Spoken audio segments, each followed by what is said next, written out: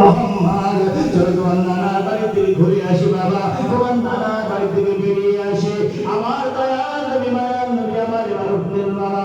ওখান থেকে ওঠার পরে আম্মাজান আমিনা বিশ্ব নবীর হাত ধরে মদিনার জমিনে নানার বাড়িতে ঘুরে চলে আসলে। নবীর নানার নাম কি বলতে পারবেন? একজন তো বলে হ্যাঁ ভালো করে বলেন আব্দুল ওয়াহাব জোহরি। ভালো করে বলতে কি হবে?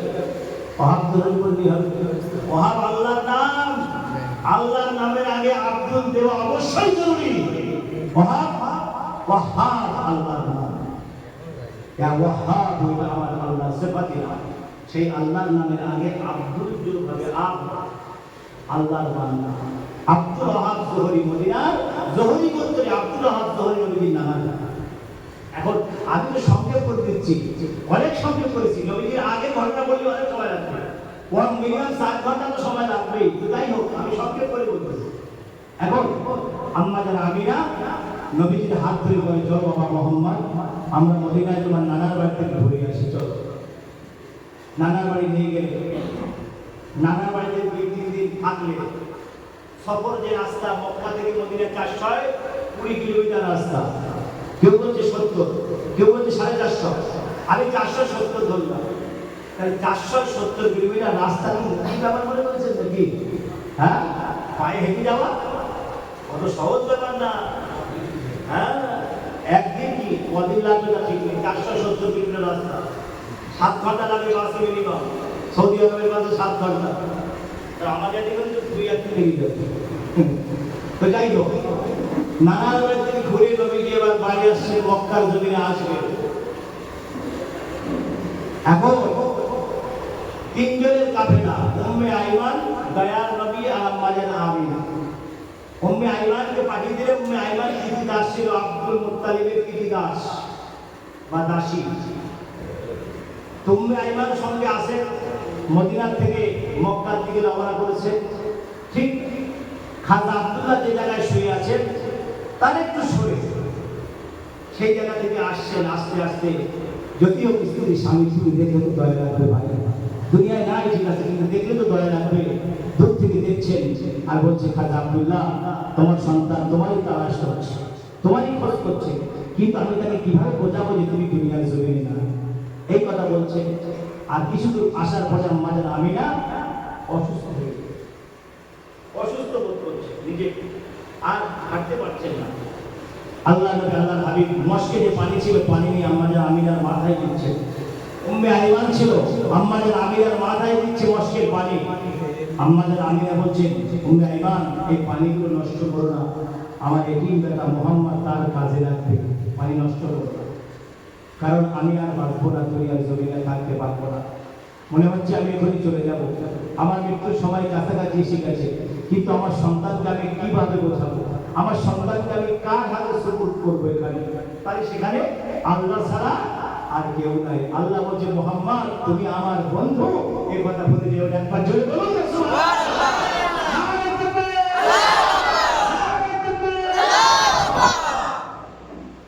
আল্লাহ বলছে মুহাম্মদ তুমি আমার বন্ধু, তোমার আপদে বিপদে সর্বক্ষেত্রে আমি আল্লাহ তোমার জন্য যথেষ্ট।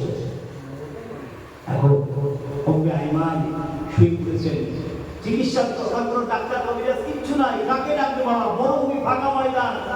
আল্লাহর নবী শুধু মারবার মাথায় দিচ্ছেন আম্মাজান আমিনা, আম্মাজান আপনি বাড়ি চলুন, আমরা বাড়ি যাব, আমি আব্বাকে দেখতে চাই না, আব্বা দেখা সারা আমার মিটে গেছে, আপনি আর বলবেন না, আপনি বাড়ি চলুন, আপনি উঠুন, আপনি বাড়ি চলুন। ও আমার বাবাজিরা, আল্লাহর হাবিব দুনিয়ার বাদশা হাবিবুল্লাহ জনাব মুহাম্মদ রাসূলুল্লাহ সাল্লাল্লাহু আলাইহি ওয়াসাল্লাম নবী আমার আম্মাজান আপনি বাড়ি চলুন, আপনি শুয়ে থাকবেন না, আপনি দেরি করবেন না। ওই সময় আম্মাজান আমিনা তার সন্তানকে বুকের সাথে জড়িয়ে ধরে বলে বাবা মুহাম্মদ, ও বাবা মুহাম্মদ আমি আর দুনিয়ার জমিনে থাকতে পারবো না, আল্লাহ পাক রব্বুল আলামিন আমাকে ডাক দিয়েছে, আমি এবারে হলো বছর বড় জগতে চলে যাব। উম্মে আইমান লক্ষ্য করে বলে উম্মে আইমান আমার নবীকে তার দাদুর হাতে তুলে দিও। ও আমার বাবাজিরা, ওই জায়গায় দুজন মিলে ওই পাথর সরিয়ে সরিয়ে পাথর সরিয়ে সরিয়ে আম্মার আমির আগে দাফন করে দেয়। আর দাফন করার পরে দয়ার নবী মায়ার নবী আমার রহমাতুল লিল নবী আমার ওই কবরের ধারে বসে হাও হাও করে কাঁদে। ও আমার বাবাজিরা, আব্বা যার দুনিয়ার জমিনে নাই, 6 বছর বয়সে মাও তার দুনিয়া থেকে বিদায় নিলেন। এইবার দয়ার নবী মায়ার নবী আমার রহমাতুল লিল নবী আমার ওই জায়গায় বসে কবরের ভিতরে দুটো হাত ভরে দিয়ে হাও হাও করে কাঁদে। আল্লাহ বলে ফেরেশতারা, দেখো দেখো এই তিন নবীর কান্না আমার আরশে আজিম সইতে পারে না। ও বাবাজি আমার, ওই সময় দয়ার নবী মায়ার নবী রহমাতুল লিল আলামিন নবী আমার আম্মা জান আমিনার কবরের ধারে বসে হাও হাও করে কাঁদে। আসমান কানে, বাতাস কানে, চন্দ্র সূর্য সকলেই নবীর কান্নায় কেঁদে জারজার হয়ে যায়। বাবা গাছপালা তরুলতা সকলেই নবীর কান্নাতে কেঁদে জারজার। আমার মায়ার নবী মায়ার নবী আমার রহমাতুল লিল নবী আমার আল্লাহ পাক বলে, মুহাম্মদ তোমার এই কান্নাকে আমি আল্লাহ স্মৃতি করে রেখে দিলাম। তোমার এই কান্না তোমার কোন তার পিতা মাতার কবরের ধারে দিয়ে একটা কথা আমি আল্লাহ আমাকে বলে, রব্বির হামহুমা কামা রাব্বায়ানি সগীরা। হে আল্লাহ, আমাদের মাতা পিতারা যারা কবরে শুয়ে আছে, আল্লাহ তাদের সঙ্গে সেই ব্যবহার করুন যে ব্যবহার তারা আমাদের সঙ্গে শৈশবে যেমন ব্যবহার করেছিল। এই কথাটা যারা আল্লাহকে বলবে, আল্লাহ বলে, মুহাম্মদ আমি আল্লাহ কথা দিলাম তারা মাতা পিতার কবরের আযাব আমি আল্লাহ মাফ করে দেব। এখন আমরা কে কে কার কবরের ধারে যাই মনে করবেন? আপনি যদি যান, আপনার সন্তান আপনাকে দেখে আপনার আব্বার কবরের ধারে যাবে। আপনি যদি না কোনোদিন যান, আপনার সন্তান আপনার কবরের ধারে কোনোদিন যাবে না। আল্লাহ নবী আল্লাহ হাবিব আমাদের এই শিক্ষা দিয়েছেন, হে উম্মতে মুহাম্মাদিরা, যারা কবরস্থ হয়েছে, কবরে চলে গেছে, তাদের কবরে যে কবর জিয়ারত করো, তাদের সম্পর্কে আল্লাহর কাছে বলো, আল্লাহ তো আমাদের শিখিয়ে দিয়েছেন, বান্দারে তোর পিতা মাতার কবরের ধারে যে এই কথাটা আমি আল্লাহ আমাকে জানাবে, রব্বির হামহুমা কামা রাব্বায়ানি সগীরা। এই কথাটা যখন আমাকে বলবি, আমি আল্লাহ তোর পিতা মাতার কবরের আযাবকে মাফ করে দেব। এখন যদি কেউ মনে করে অনেকের আব্বা নাই, অনেকের মা নাই, দাদা দাদি নাই, নানা নানি নাই, অনেকের স্বামী নাই, অনেকের স্ত্রী নাই, দুনিয়ার জমিনে নাই, বাবা তারা জুমার দিন নামাজের পরে ইমাম সাহেব যাক আর না যাক, আপনি আপনার আব্বার কবর জিয়ারত করবেন। বুঝে আসছে কথা? কথা বলতে পারছেন সবাই? আরে কথা বলে না, বুঝতে পারছেন তো? বাংলা কথা বলতে, বাংলা আলাদা বুঝতে পারে, বুঝলেন তো?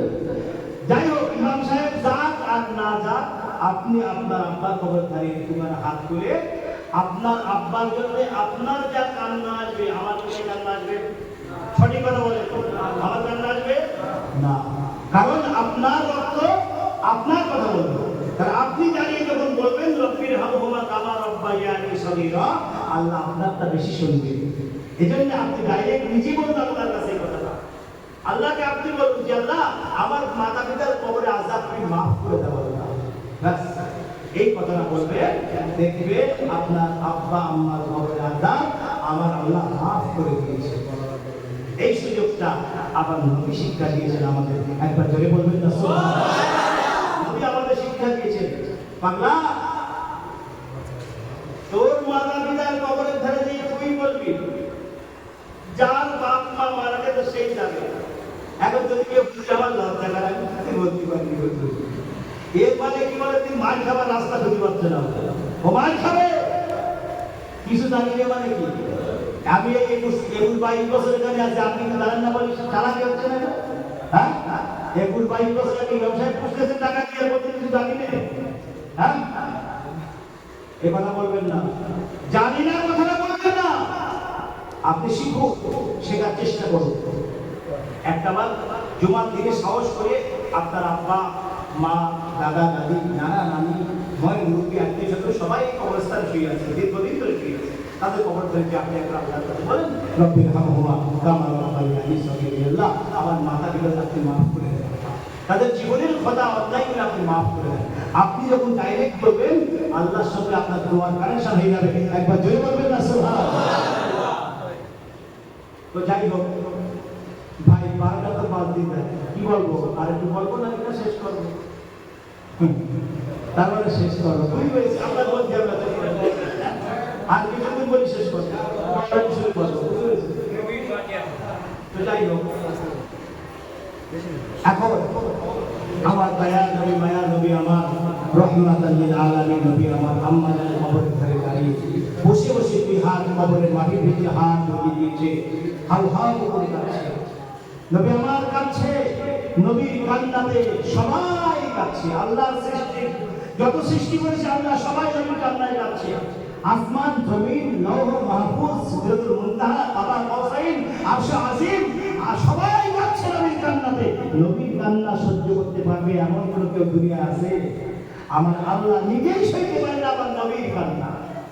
আল্লাহ নিজেই সহ্য করতে পারে না আমার নবীর কান্না। কারণ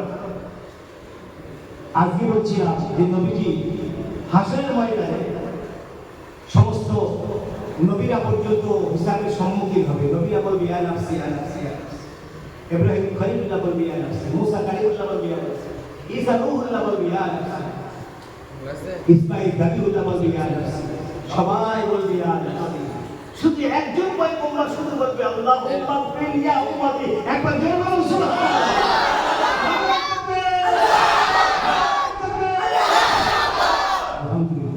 একজন নবী বলবে আল্লাহুম্মা ফিল ইয়া উম্মতি, আল্লাহ আমার উম্মতকে আপনি maaf করে দেন। আল্লাহ তারা গুনাহগার, তারা অবুঝ, তুমি তাদেরকে maaf করে দাও। একজন নবী শুধু সেই ব্যক্তি, তিনি ব্যতীত আর বলবে না আল্লাহুম্মা ফিল ইয়া উম্মতি। সবাই বলবে ইয়া নাফসি ইয়া নাফসি। আমি আপনি যা বলবো নবীরাও তাই বলবে। তার মানে নবীরা সেদিন আল্লাহর ভয়ে, আল্লাহর ক্রোধে, আল্লাহর রাগে রাগান্বিত অবস্থায় দেখে সবাই বলবে ইয়া নাফসি ইয়া নাফসি। আল্লাহ আল্লাহর হাবিব দুনিয়ার বাদশা হাবিবুল্লাহ জনাব মুহাম্মদ রাসূলুল্লাহ সাল্লাল্লাহু আলাইহি ওয়াসাল্লাম নবী আমার সিজদা করে যাবেন, বাবা মাকাম মাহমুদ সিজদা করবেন। দয়ার নবী আমার, মায়ার নবী আমার মাকাম মাহমুদ সিজদা করবেন। বাবা আল্লাহ বলবে হাবিব দোস্ত বন্ধু আমার, আজকে আপনার আনন্দের দিন, আজকে আপনি কেন কাঁদেন, আপনি কেন কাঁদেন? আমার দয়ার নবী, মায়ার নবী বলবেন আল্লাহ আমার সামনে দিয়ে ফেরেশতারা আমার উম্মতদের জাহান্নামের দিকে নিয়ে যায়। আল্লাহ বলবে হাবিব দোস্ত বন্ধু আমার, আমি আপনাকে ক্ষমতা দিলাম, আপনি আপনাকে পাওয়ার দিলাম, আপনি চলে যান, চলে যান, জাহান্নাম থেকে আপনার উম্মতকে বার করে নিয়ে আসেন।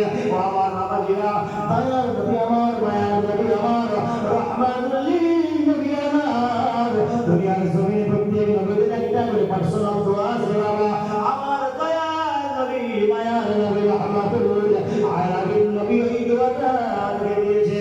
ওই দোয়াটাকে আমাদের ময়দানে পড়িল আসলে আমার আল্লাহর সামনে বলবেন আল্লাহ দুনিয়ার জমিনে নবীদের যে দোয়া, যে দোয়া কবুল করার করেছিলেন, ওই দোয়াটা আমি নবী এখনো খরচ করি নাই। আল্লাহ এই দোয়াটা আমি রেখে দিয়েছি। আল্লাহ ওই দোয়াটা উম্মতের জন্য আমি রেখে দিয়েছি। ওরা কোরআন আল্লাহ ওই দোয়াটা আপনি কবুল করে নেন, তার বিনিময়ে যত উম্মত আমার আছে আল্লাহ জাহান্নাম থেকে সকলকে মাফ করে দেন। ও আমার বাবাজিরা, যারা ইমানের কালিমা পড়ছে লা ইলাহা ইল্লাল্লাহ মুহাম্মাদুর রাসূলুল্লাহ সাল্লাল্লাহু আলাইহি ওয়াসাল্লাম, এই কালিমা যে ব্যক্তি পাঠ করেছে সে একদিন জান্নাতে যাবে। মান ক্বালা লা ইলাহা ইল্লাল্লাহ ফাদাখালাল জান্নাহ। এই হাদিস আমার দয়ার নবী, মায়ার নবী, রাহমাতাল লিল আলামিন নবী আমার নবীর জবানে বলেছেন মান ক্বালা লা ইলাহা ইল্লাল্লাহ ফাদাখালাল জান্নাহ। যে ব্যক্তি একবার কালিমা পড়বে আল্লাহ পাক রব্বুল আলামিন তাকে কিয়ামতের ময়দানে, হাসরের ময়দানে একবার দিন জান্নাতে প্রবেশ করাবে। ও আমার বাবাজিরা, ইমাম গাজ্জালী রাহমাতুল্লাহ আলাইহি ঢাকায় কোরআন পাক কিতাবের ভিতরে পরিষ্কার জানিয়ে দিয়েছেন বাবা, ওই সময় হিসাব নিকাশ শেষ হয়ে গেল। দয়ার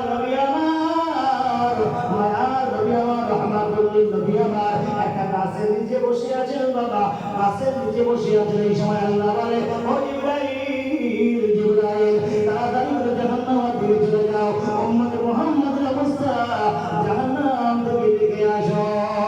আমার বাবাজিরা, ওই সময় জিবরাইল যখন জাহান্নামে ঢুকলো, জিবরাইল জাহান্নামে ঢোকার মাত্র উম্মতে মুহাম্মাদিরা জিবরাইল, ও ভাই জিবরাইল, ও ভাই জিবরাইল, আমাদের ঘটনাগুলো দয়ার নবী, মায়ার নবী, আমার রহমাতুল লিল আলামিন নবী আমাকে বলে দিবেন, আমার দয়ার নবীকে জানিয়ে দেবেন। জিবরাইল, কেউ বলছে জিবরাইল আমার আগুনের সমস্ত শরীরগুলো সব ভেঙে ফেলেছে, কেউ বলছে জিবরাইল আমার সাপে কামড় দিয়েছে, ওই বিষের যন্ত্রণা আমি আজ অনুভব করি। ও আমার বাবাজিরা, জিবরাইল কান্না চোখ দিয়ে ঝরঝর করে পানি পড়ে জাহান্নাম থেকে বের হয়ে দয়ার নবী, মায়ার নবী, রহমাতুল লিল আলামিন নবীর কাছে হাজির হয়ে যায়। আমার দয়ার নবী বলে, জিবরাইল, ও ভাই জিবরাইল, আপনার চোখে পানি কেন, আপনি কাঁদেন কেন? জিবরাইল বলেছিল, ইয়া রাসূলুল্লাহ, ইয়া হাবিবাল্লাহ, হুজুর, আমার শুধু চোখে পানি যাচ্ছেন, যদি আপনি দেখেন, আপনি দয়ার নবী, মায়ার নবী, আপনি সহ্য করতে পারবেন না।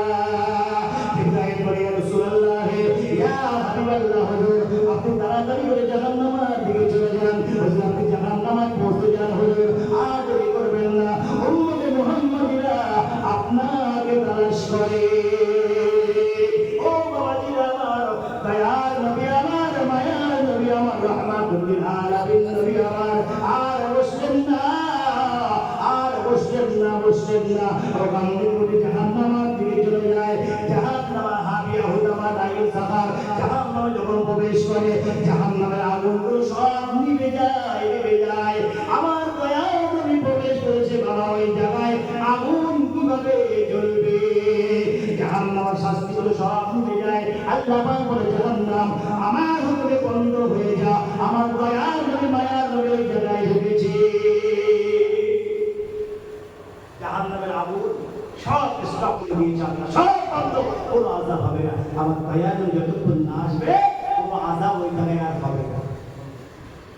আল্লাহ হাবিব যখন জাহান্নামে ঢুকলেন বাবা, জাহান্নামে ঢুকে পড়লেন, উম্মতে মুহাম্মাদিরা লাইন দিয়ে ভিড় করে দয়ার নবীর সামনে হাজির।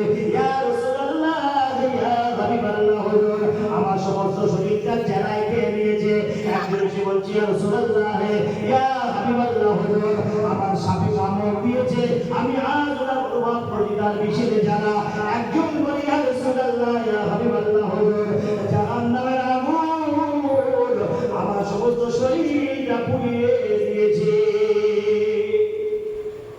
মনে করতেছেন কি মনীষা বিমান সেখানে কথা বলে, সেখানে মরবে, মরণ একবার দুনিয়ার জমিনে শেষ, আর মৃত্যু হবে না। লা ইয়ামুতু ফিহা ওয়ালা ইয়াহইয়া, না মৃত্যু হবে না তোমার দ্বিতীয়বার দুনিয়ায় পাঠানো হবে। একবার মৃত্যু এখানে এসে আর মৃত্যু আসবে না। আল্লাহ পাক রব্বুল আলামিন হিসাব নিকাশ হয়ে যাবে বাবা। এবার একটা জন্তুকে মৃত্যুর আঘাত তৈরি দেবে, একটা জানোয়ারকে মৃত্যুর আঘাত দেবে, ওইটা জবাই করে দিয়ে বলবে, দেখো মৃত্যু বলে কোনো জিনিস কেউ আশা করবে না, তোমাদের কারোর আর মৃত্যু হবে না, মৃত্যু বলে শেষ। এখন রহমাতুল লিল আলামিন দয়ার নবী আমার জাহান্নামীদেরকে পার করতে গেছেন। জাহান্নামী, জাহান্নাম একটা, জাহান্নামের একটা নাম, হুদামা, হাবিয়া, সাফা, নাঈম, এগুলো জাহান্নামের নাম। 8টা বেহেশত, 7টা জাহান্নাম। আল্লাহ কত রহমান, কত দয়াবান, চিন্তা করেন, বেহেশত করেছেন 8টা আর জাহান্নাম করেছে 7টা। কারণ সমান করতে পারত, কিন্তু আল্লাহ বলছেন না, একটা কম থাকবে জাহান্নাম। ওর ভিতরে যে জায়গা আছে, তামাম দুনিয়ায় যত মানুষ আছে, আমরা তো মাঝখানে আছি, মিডিল পজিশনে আমরা আছি, আমাদের নিচে উপরে যারা আছে সবাই কিন্তু জাহান্নামে যায়, তথাপিও জাহান্নামের জায়গা খালি হবে। ও আমার বাবাজিরা, আসরের মাইদানে কঠিন মহাশূন্যে বাবা একটা সাহাবী ইমাম গাজ্জালী রাহমাতুল্লাহ আলাইহি তার কিতাব গায়বুল আকবরে পরিষ্কার জানিয়ে দিয়েছেন, একটা বিষয় সাহাবা আসবে, আসমা